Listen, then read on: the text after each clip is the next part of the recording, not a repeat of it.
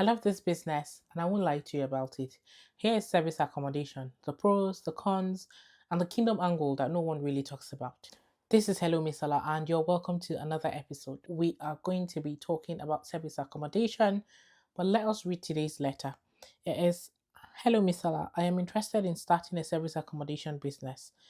Although I'm still trying to find my first property, is it really as great as they say? Can I make £5,000 in the next 90 days? Before we go on, can I just tell you this, that I do have a service accommodation business. My husband and I started in September of last year. So factor that out when you're trying to filter this to say, okay, will this work for me? Will this not work for me? Is she hyping it too much? Just have that at the back of your mind. But the point I'm trying to make here is that I know this well. I understand what's happening in the service accommodation industry. And yes, let me give you the pros and the cons, and let me answer your question about whether it's really true what these people that are selling courses are saying about you being able to make £5,000 in 90 days. You need to be crystal clear as to whether this is the path that you want for yourself. Okay, you've decided to change your money story, you're starting a business and you're looking into service accommodation. Is this for you? If you're crystal clear that this is for you, please join us. Come and join us in this industry. And if you're asking me, should I do it? This is one of the things in property where I will not just tell you, yeah, come do it. It is one of those businesses that the revenue is great, but your expenses are really high. So can you make £5,000 in the next 90 days? As long as you secure your property today, I don't know how long it's going to take you to get your first property, because I know you said you're still trying to get that. If you have your property today, you go live today. Absolutely, you can. I think we made more than that in the first 90 days. However, that's revenue, that's not profit. Remember that this is a business where you're paying for the rent, you're paying for electricity, you're paying for gas, you're paying for other expenses like little touches here and there.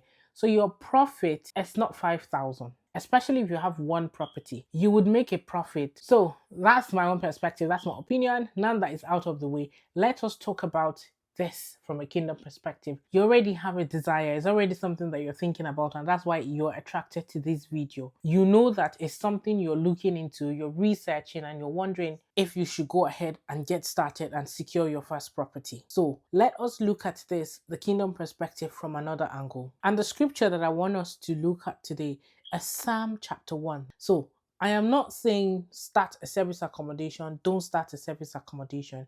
If you do decide to venture into SA, service accommodation, I want you to read Psalm chapter 1 as a Christian entrepreneur, a kingdom entrepreneur that's about to go into the marketplace. Read it and meditate on it. I'm going to read it from the ESV translation, English Standard Version. And it says, "Blessed is the man who walks not in the counsel of the wicked, nor stands in the way of sinners, nor sits in the seat of scoffers.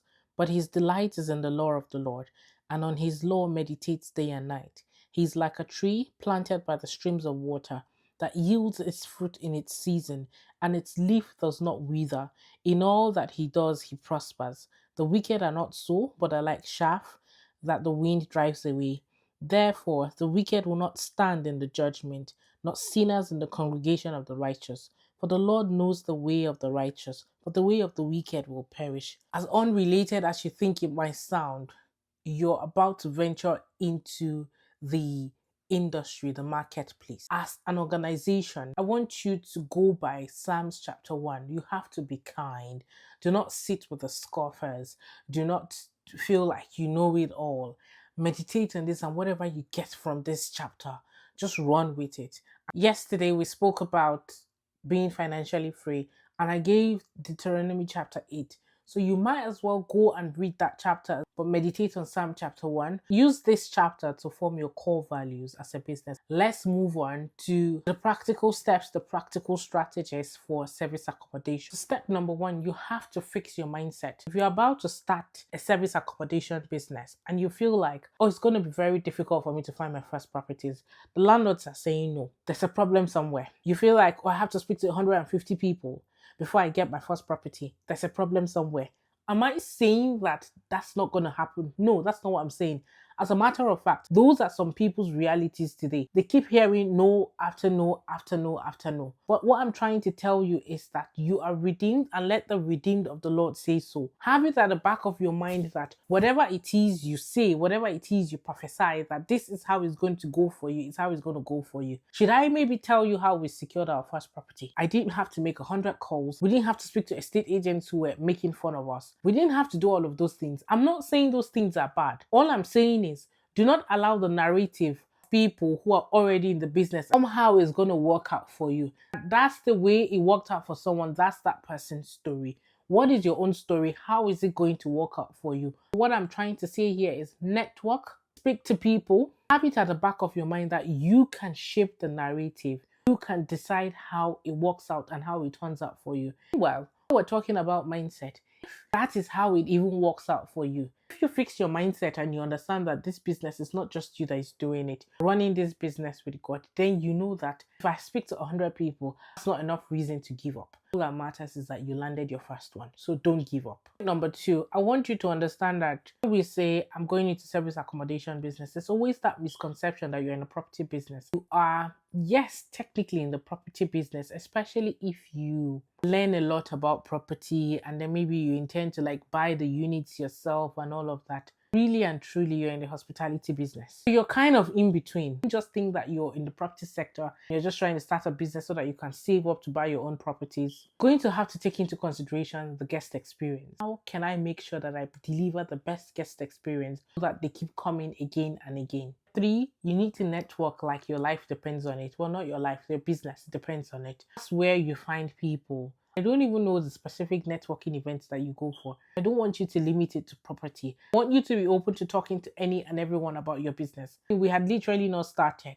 I spoke to the lady that makes my hair. And then one day she knew that they needed someone to take their property off from them. I was the person that she contacted. So you need to be able to network with people, network with landlords in your industry. But how do you find them? You go to these property events. Don't just limit yourself to property networking events. Network with any and everybody. Landlords are everywhere. Landlords, landladies, they're everywhere. So network and tell any and everybody about what you do. They would be able to help you some way or the other. Step 4 involves compliance, but it's not as much as what is required when you're sourcing properties. But what I'm saying is, whatever it is you need to do to make sure that you're compliant, do that. So what we did for compliance was we have insurance, we have professional indemnity, public liability insurance, and then we're also registered for data protection, so GDPR. Those are the 2 things that are required for service accommodation. At the time of making this video, the industry changes, so it can change a lot. Step 5, systemize your business. It might be a bit controversial because a lot of people say wait until you have multiple units before you start paying for all the systems and tools. I personally believe that you systemize your business from day one. One of the best tools that I invested in was the pricing optimizer. This meant that I didn't have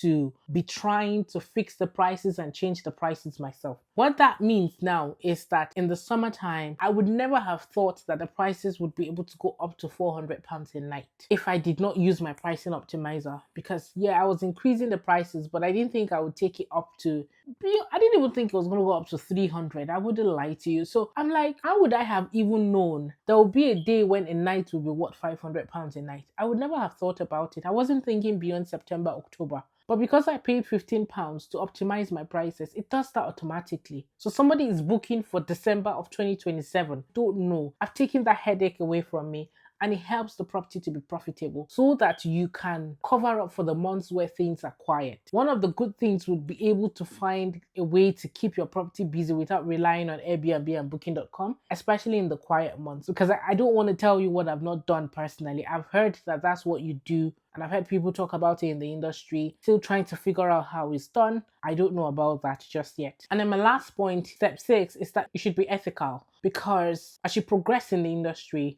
there are practices that people just think is normal in the industry. And then you should have your own values, which is why I'm like, go and study and meditate on Psalms chapter 1, because every industry has some practices that people consider as normal, but really it's not ethical. It's not for me to come on here and say this is what they do, this is this, this is that. I leave you and your discernment to figure out when you get started that this is what I want to do and this is not what I want to do, because it's against my values as a business or it's against my values as a person. This is how you have decided to change your money story. So go ahead and do it. If it takes 100 landlords, fine. If it takes one landlord, one conversation over time because you've built a relationship with one person, all well and good. Just don't give up. You've got the backing of God with you. You're ethical and you're going to prosper. You're going to be kind to people. You're going to treat people like you want to be treated in the industry, in your business. Anyway, I have spoken so much about it. But all I'm trying to say is that if you have decided that this is how you want to change your money story, go for it. I'm doing this. I'm a couple of months ahead of you, almost a year ahead of you. And so I probably have a lot more tips. So if you ever feel like, oh, I need to ask somebody about my service accommodation, I need to rub heads or rub minds with somebody, just leave me a comment down below or you can send me a DM. Let me wrap up this video by saying, if you've not subscribed to Hello Misola, please subscribe to Hello Misola. If you have a question as well, you have a challenge, you need clarity on something, this is what I'm doing here. I'm helping you as an immigrant get clarity on your purpose so that you can change your money story. And if you liked this video, please like the video, give me a thumbs up, share this video with someone who you know has been talking about service accommodation, starting a property business. Is it right? Is it for me? Is it really profitable? Are these people bluffing? Share it with them. And I'll see you in the next video. Take care. Bye.